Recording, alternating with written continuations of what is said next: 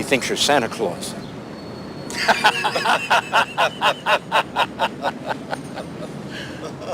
I am. You know what? I know. Know what? The secret. What secret? Santa Claus. I've known for a long time. He's not real. Says who? My mom. I am the parent. You are the friendly guy down the hall. They say that seeing is believing. But the truth is, the world is held together by things you can't see. There really has to be something you want for Christmas. A house, a brother, and a dad. That's all I ever want. He loves you and he wants to kiss you. And he thinks he's the most beautiful woman in the whole world. If you're really Santa Claus, you can get it for me. Right. It's an engagement ring. If you can't accept anything, faith, then you're doomed for a life dominated by doubt. She's deaf. You don't have to talk to her. She just wanted to see you. You are a very beautiful young lady. If I could make you believe, then there'd be some hope for me. If I can't, well, I'm finished. I want this man declared insane. This is about a man who has had something very wrong done to him. I want you to help him. Together, we're gonna prove that there is a Santa Claus and that you're him. I'm ready, Counselor. Do you believe that you are Santa Claus? Yes, of course. I'd like the court to see Mr. Kringle make the reindeer fly. He only flies on Christmas Eve. Coles believes in Santa Claus. Do you believe in Santa Claus? If this court finds that Mr. Kringle is not who he says he is, then I would ask the court to judge which is worse. A lie that draws a smile, I knew it. or a truth that draws a tear. This season, 20th Century Fox, Richard Attenborough, Elizabeth Perkins, Dylan McDermott, and Mrs. Doubtfire's Mara Wilson present you with the most precious gift of all. Something to believe in. Miracle on 34th Street. Directed by Les Mayfield. Hello and welcome to Mr. Timeline. Today I'm going to be discussing the film Miracle on 34th Street from 1994. In 1994, 20th Century Fox released Miracle on 34th Street, a remake of the holiday classic of the same name. Now, Santa Claus is often seen as a symbol of the holiday season, and while Santa has been part of our collective culture for centuries, it is due to his portrayal in popular media that most of our legends about the jolly old Saint Nick occur. Both this film and the original film from 1947, they are a charming approach to the lessons of belief and joy that come out during the holiday season. So as we go through, we're going to look at a few things about this feature film. First of all, the film features an amazing cast.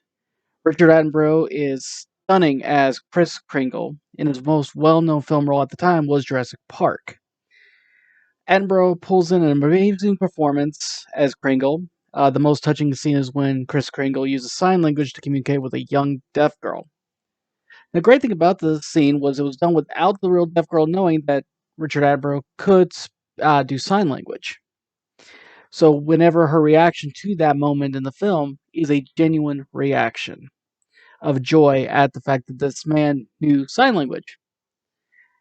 Something else about the film is that the filming is really cleverly done, especially the fact that Les Mayfield, the director, uses a lot of really soft lighting behind the actors who are in the leads of the film, such as Elizabeth Perkins and Dylan McDermott. The lighting almost gives them a halo-like effect. This also keeps the tone of the film going as being a lighthearted film that inspires and brings joy to those who watch it. The message of the film, it has a really strong message of the holidays. Mainly the primary structure of belief. As the main character of Mr. Bedford says in the film, what's worse? A lie that brings a smile, or a truth that draws a tear? Now, this makes a very good point that, while yes, children normally stop believing in Santa at a certain age, people shouldn't actively try to dissuade them from believing in Santa. Mainly because Santa inspires children to believe in something bigger than themselves. That this mythic figure is going to reward them in the spirit of giving of the holiday season.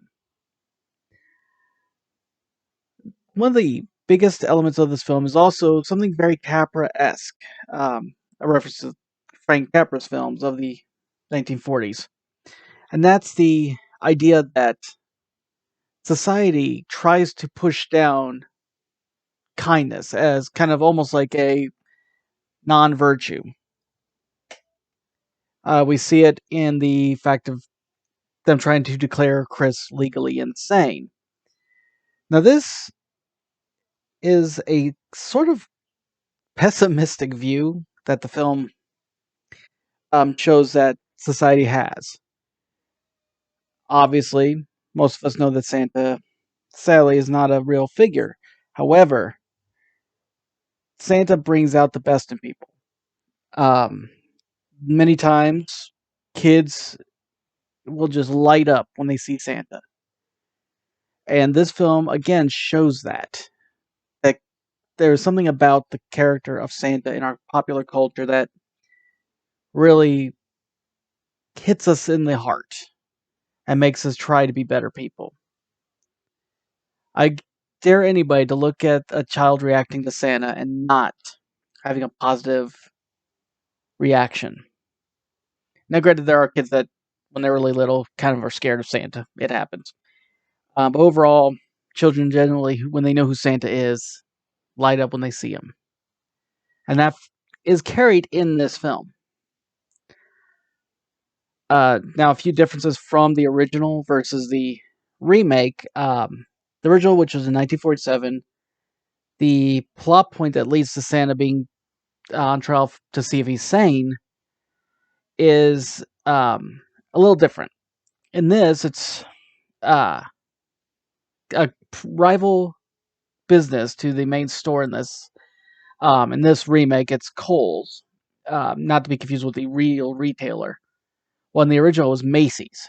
Obviously, when this film was made, Macy's did not want their name attached to it for some strange reason. However, they added the whole element of a rival company trying to destroy Kohl's. Well, in the original, it was a psychiatrist trying to prove that a young man in the original film was crazy because he wanted to do good by dressing as Santa and giving out gifts, leading to Santa hitting him in the head with a cane. In this one, it's done a little bit differently. They try to egg him on and agitate him, ultimately coming to fruition where he hits the man he replaced earlier in the film with his cane by saying some very nasty things towards him. Now, again, that goes back into the whole very pessimistic worldview that the film shows us normally having. But what really shines through is the fact that showing the support that Chris gets from not only his employer, C.F. Kohl's, in the film, but the support of the whole country. Though it's kind of microcosmed into New York City, but you can obviously say it'll be all over the country. People would support it. But what really stands out is the two differences of how he's proven to be sane and how the court decides he is Santa. Now, spoilers ahead. If you haven't seen the original 1947 film, but at this point, if you haven't, I'd be surprised. And spoilers for the remake. Again, it's over 20-something, 30-something years old. The big takeaway is that the ending of the original, the U.S. Post Office comes into the courtroom with sackfuls and sackfuls of letters to Santa, showing that the U.S. Postal Service recognizes Chris as Santa. a entity of the U.S. government. In A Miracle on 34th Street from '94, it's a little bit different. How they do this is the judge is given a $1 bill with the words, "In God We Trust," circled.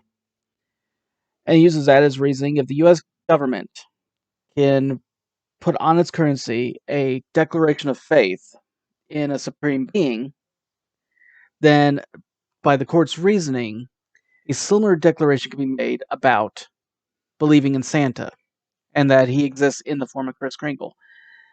Again, it's very simplistic, but it really works and sells the premise of the movie, which is belief and what constitutes belief. That being said, this is one of my favorite holiday movies. There's a charm that the movie truly shines through. And you really get to see just people coming together. And Kris has a great line, which you saw in the trailer I showed at the beginning of this.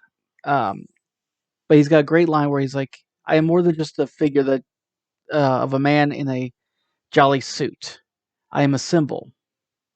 I'm a symbol of belief and kindness and joy." And that is what truly shines through in this film.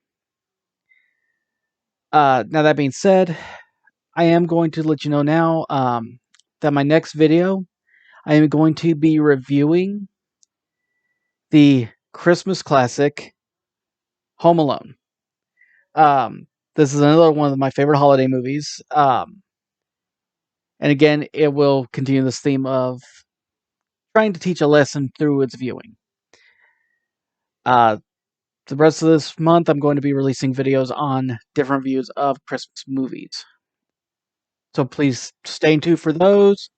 I hope you enjoyed this video, and if you like what you see here, please like, subscribe, and I'll see you on the next one.